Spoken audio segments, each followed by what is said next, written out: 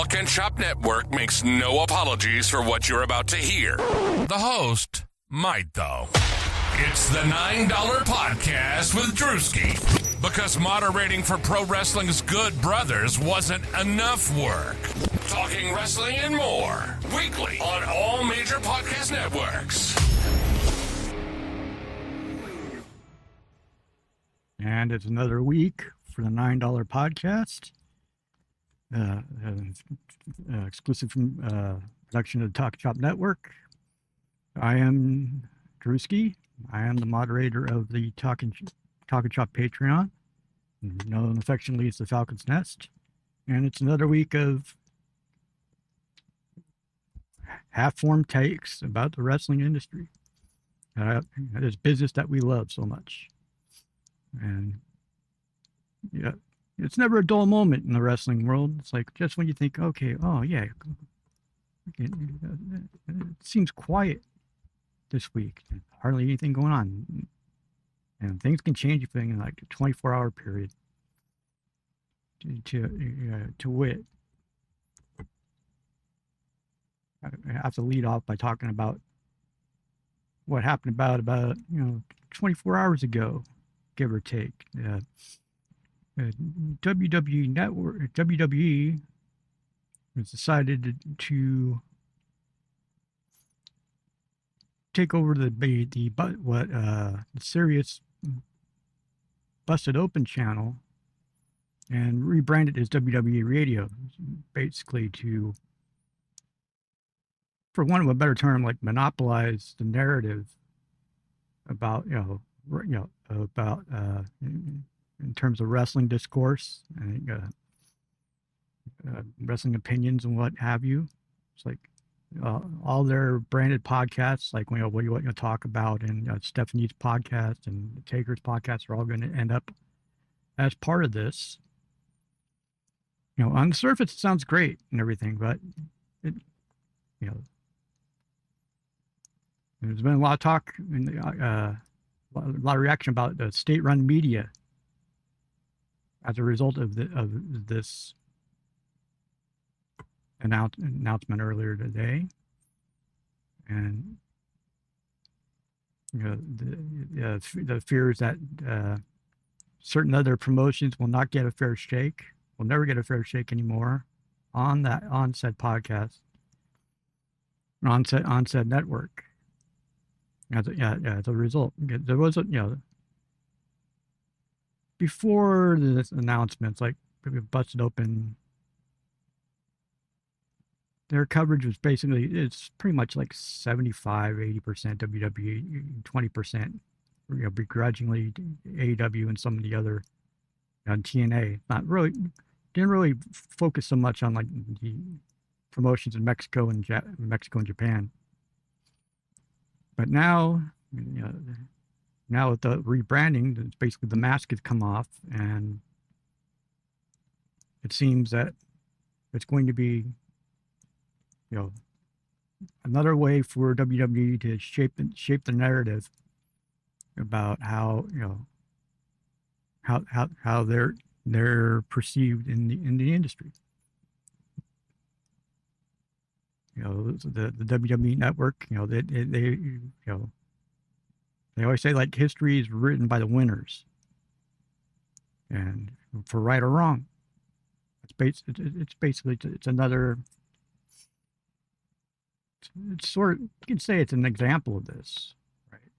They think as a result of like the Monday Night Wars way back when, it's like they WWE's made a point of like astroturfing a lot of stuff, about those times, about controlling the narrative, like shaping viewpoints as to what actually happened, conveniently omitting some things, and that other podcasts have picked up on, and that more learned professionals, quote unquote professionals in that cover the industry for a living have receipts for. And the funny thing about this announcement is that as about a month, for the past month and a half or so, Sirius Radio had been, it had been in preliminary talks with TalkNShop and Machine Gun and Gallows about how gauging their interest on when they want to bring the whole network, TalkNShop network, over to Sirius. And somewhere halfway during those talks, it basically things abruptly ceased, and Machine Gun came out like a couple of days ago and basically said, I talked about this and mentioned that there was like political things going on behind the scenes, and lo and behold, we have the announcement from earlier today. The funny thing was that another funny thing is Jim Ross, like a couple hours before this was even announced, basically was on his podcast with Conrad Thompson and was bemoaning the state of wrestling journalism in terms of and wrestling podcasts in terms of coverage, where it's like where they called out, busted open by name, basically called him like a glorified, pretty much an infomercial for WWE.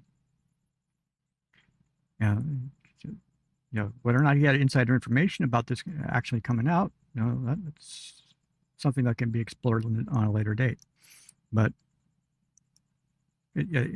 these things tend to go in cycles and stuff. I remember when the WWE had like the WWE Universe, their their website with dedicated message boards and stuff. They actually made, because Shane McMahon was in charge of that, and of any of the McMahons, he was actually one trying to foster a whole world, the idea that it was like the whole worldwide thing of wrestling. It's like there would actually be dedicated message boards for like New Japan, for All Japan, for Mexico, for AAA, for CMLL. This is back way, this was decades ago, and as well as like a dedicated board for like UFC.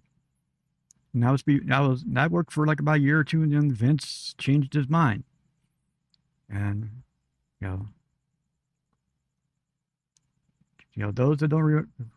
those who forget their history are doomed to repeat it. And Vince tried to control the narrative there, and now TKO is still going from the playbook of Vince, and basically control the narrative will what have you. And it's kind of hard to control the narrative when you have there's like so many wrestling podcasts that are not under like the WWE purview that can cover they can more than like pick up the slack, but they don't have the range. They don't have the actual platform that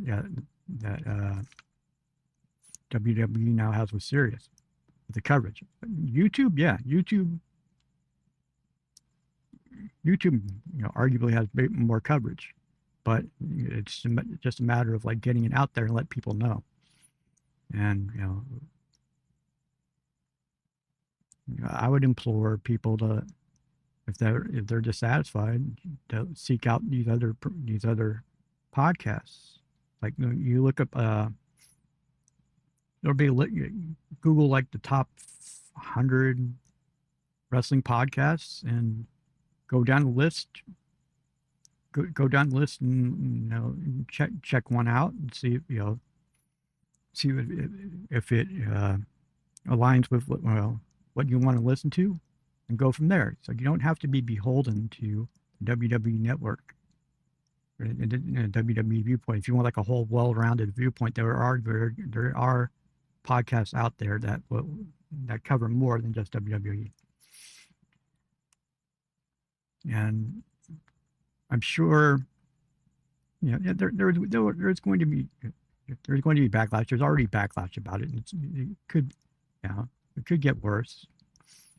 And and there's, the funny thing is, AEW has plans for their own podcast network. That's going to be part of the My AEW app.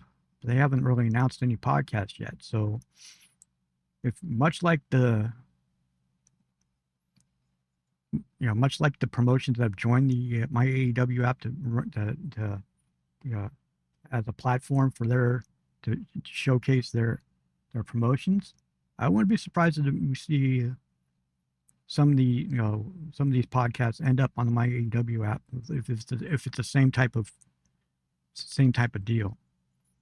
We'll see if in like about the next 6 months to a year, because these things are fluid, and the podcast world is a lot more fragmented than even the television networks, because there are many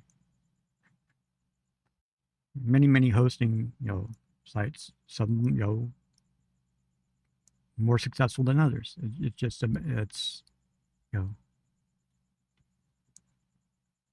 It'll be interesting to see what happens.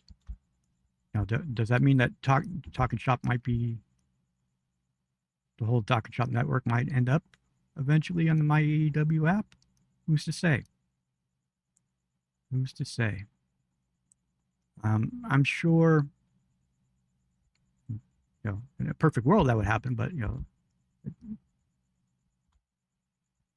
there comes a point where it's like, how many podcasts do you want? You want a certain number of podcasts? You want all the podcasts? You want like consistency and you want knowledgeable, reputable, podcasts that you can best represent, that can best introduce people to certain promotions, and that don't really get that much coverage. It's like stuff like DDT and DDT, Choco Pro, Baka Gaijin, and All Japan. You can't really afford to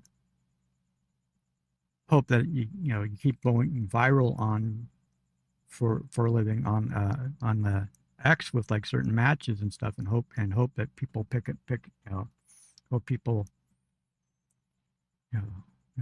come back for more. The big cause celebre from like last week or so, there was a match in Stardom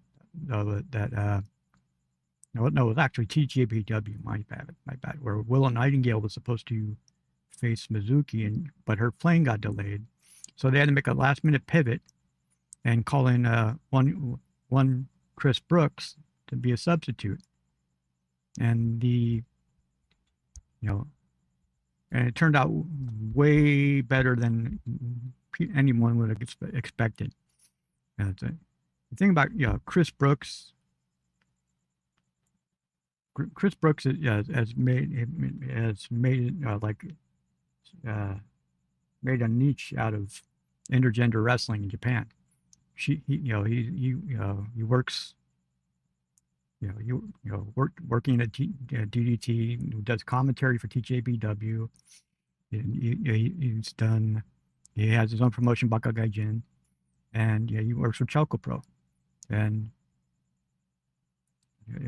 past couple of years, he's had like amazing matches with Joshi. The whole dynamic, because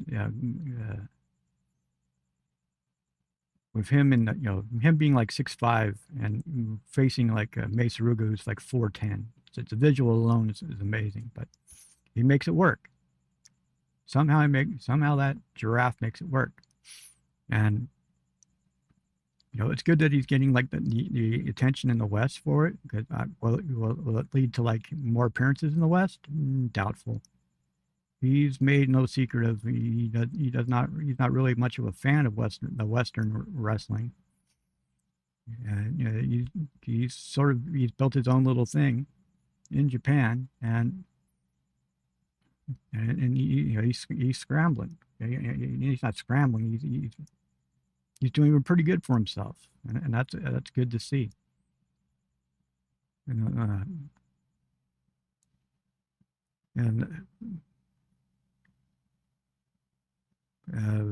as of 48 hours, about 48 hours ago, 24 hours ago, the free agent scramble has started. It's like all the people that were let go by WWE in the past about 90 days ago. Their 90-day non-compete is up, which makes for prime fodder for podcasts such as this, which is basically, everybody put on the fantasy booking hats, and it's like following baseball and football and basketball free agency. It's like, okay, you start speculating, where are they going? What place would be a best fit for them? Some of them are obvious, like New Day doesn't come up for another week or so, and you have to be blind to figure out where they're going to be. And Motor City Machine Guns, same. Certain ones, it's a case by case. It's like reputations. It's like, do they fit on in a roster as is? Are they willing to do, willing to be professional? Willing to do what they're asked. It's like, do they want to work a situation where it's like they don't want to go full time anymore? Do they want a situation where they want work occasionally and then it's still working indies? It's going to make for next 2 months or so. It will make for interesting shuffling of cards, so to speak. It's like some rosters are going to benefit big time. Some ones that you wouldn't expect. I would expect a TNA, an MLW to benefit highly from some of these free agents that are out there. But then again, it's all a matter of timing, all a matter of is it a right fit or not? Again, we shall see. And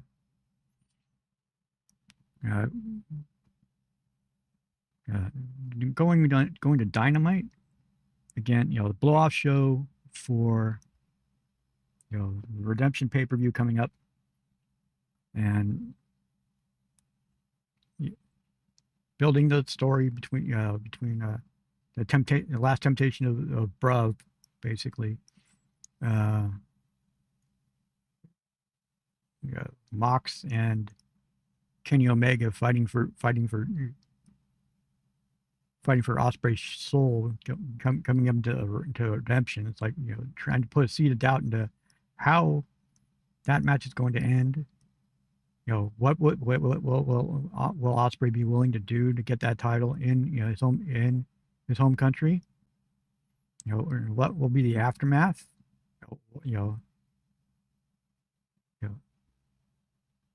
What has Mox been planning all this time? It's like, you see the wheels turning with him, and you have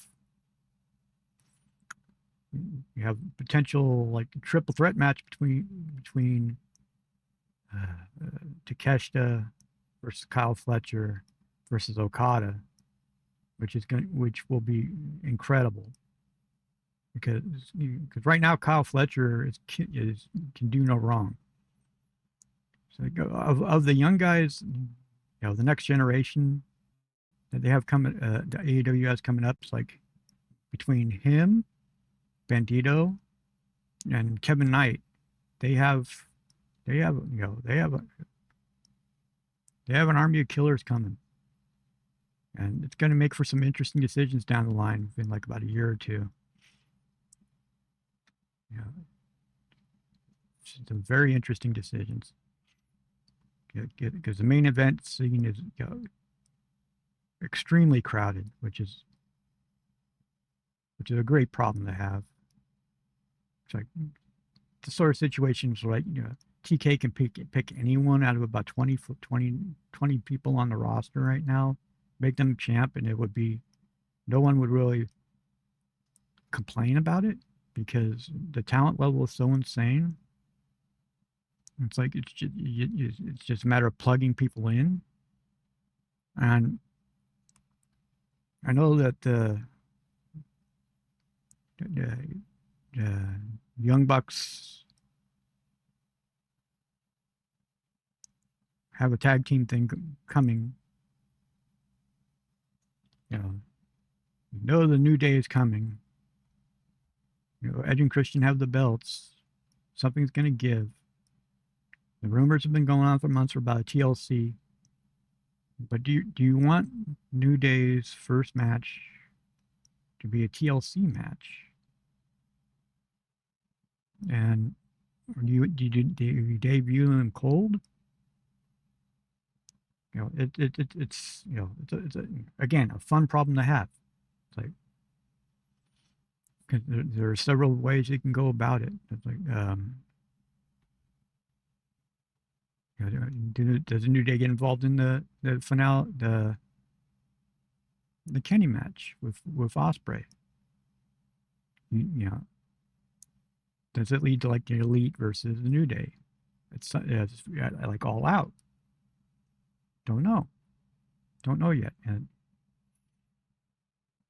again, going back to the free agency thing, it's like the whole women's side with like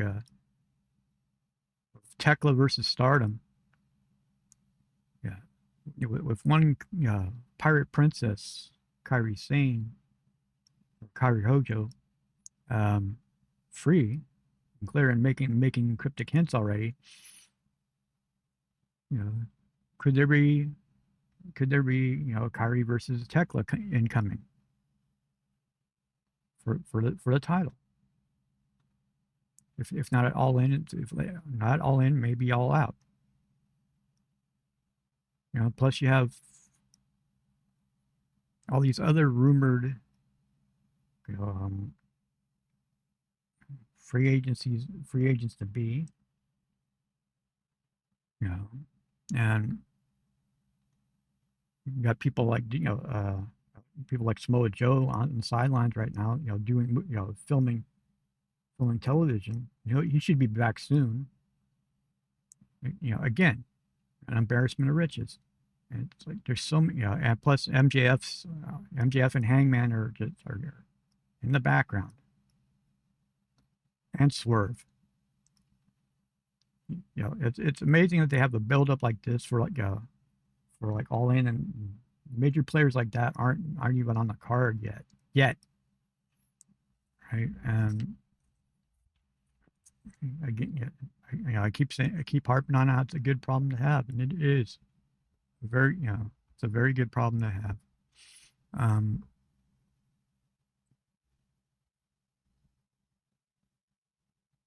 In terms of the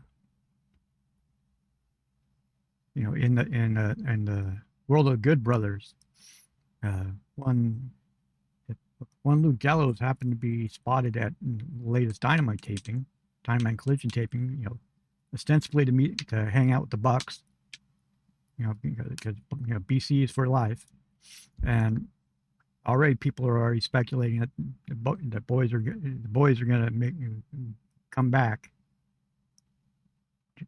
Come back and actually be signed to AEW. And it's like, hold your horses. They're having too much fun being freelance hoots. Especially this weekend. This weekend they're sort of they're sort of helping out the next generation of Bullet Club. At least that's what they're calling themselves. It's like the team of C.J. Gallows, who's Luke's son, and Avery Styles, son of Uncle Alan, aka AJ Styles, because they're a tag team. They're a tag team now, officially. They've only had like a handful of matches, but they're already teaming together. And from what I've seen of Avery, it's like watching AJ from NWA Wildside days. A lot of similar moves. A lot of similar athleticism, but again, still they both have like a handful of matches under the belt, and it's good. It's good that the boys are going to be. They're doing 8-mans this weekend in a couple of independents in Georgia. It's like tonight and tomorrow night, and then on Sunday it's going to be Good Brothers against CJ and Avery, head to head, which will be very, very interesting. Especially if you're a longtime Bullet Club fan, it's like it's fun as hell to see. Knowing, especially if you're a longtime hoot like me, who can remember when. Who can remember when CJ was his nickname was Brush Boy, and you would help Gallows run the gimmick tables while he was like 5 or 6. You can learn the carny ways early. If there's one thing about CJ, he's got the carny blood in him. He's got the gift of gab like his dad. But unlike his dad, he likes to go to the top rope a bit. CJ's a sneaky big. He's not 6'8" like his dad, but he's like 6'3", 6'4". He's sneaky looking. He's sneaky tall, sneaky big, and it seems like he's got a good head on his shoulders, and he's like he's talked up. CJ's talked about on his podcast. It's part of the network, the TalkNShop network.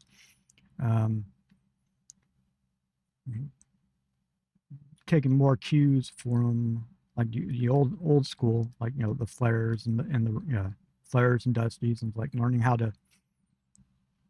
the psychology of stuff instead of like high spot like the current generations. And that's good. That's a good foundation to have. It's like because that way you can as long as you're fundamentally sound, you'll have a long career.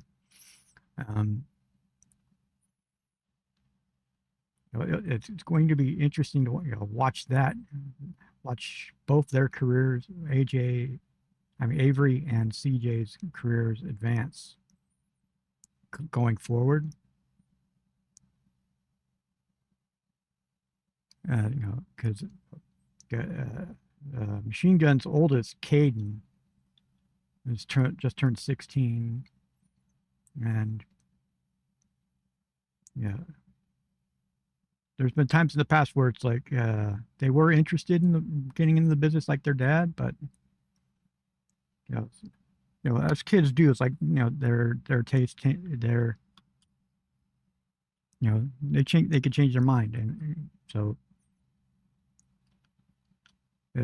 it'll be interesting to see if any of Machine Gun's kids actually get involved in the future in this as well, because they know their fathers know the pitfalls of like everything. They know how to politic, to the consternation of a lot of the IWC. The boys know how to politic, and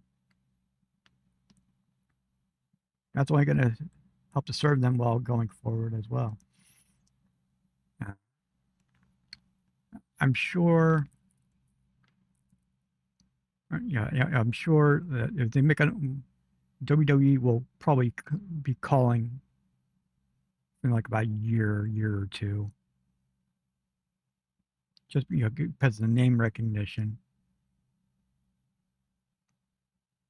And I don't know if that would be a good thing or a bad thing, actually.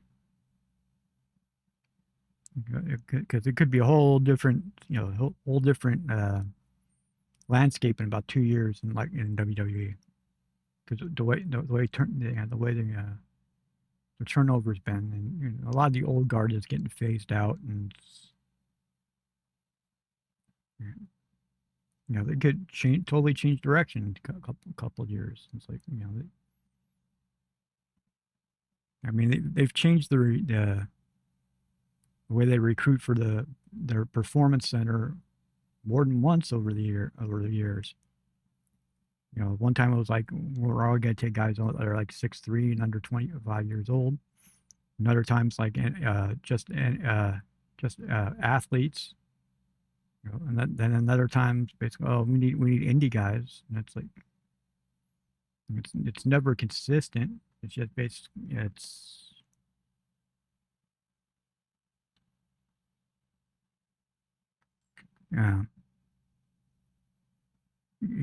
again, it's like things can change in a heartbeat, right? You know what? You want to hope for the best going forward for the hoots for those kids. I'm gonna go ahead and get out of here because it's nap time for this old man. Go to oldglory.com. Use the promo code Drewski at 15% off your purchase. Your total purchase. And this show, episode 51 altogether. It's episode 11, for the masses. Is available worldwide on Apple Podcasts, Spotify, Amazon Music, Pandora, iHeartRadio, and TuneIn. Support me. You can always use extra pizza money. It's like $9podcast.dashery.com for merch. Email me at $9podcast@yahoo.com. Patreon for the Talk Shop is patreon.com/TalkNShop. And YouTube channel for the commercial-free versions of all these episodes, where this will be, like I said, I got 51 of these now. It's at youtube.com/$9 podcast. And again, thanks for listening. I'll see you guys next week. Thanks for listening to the $9 podcast.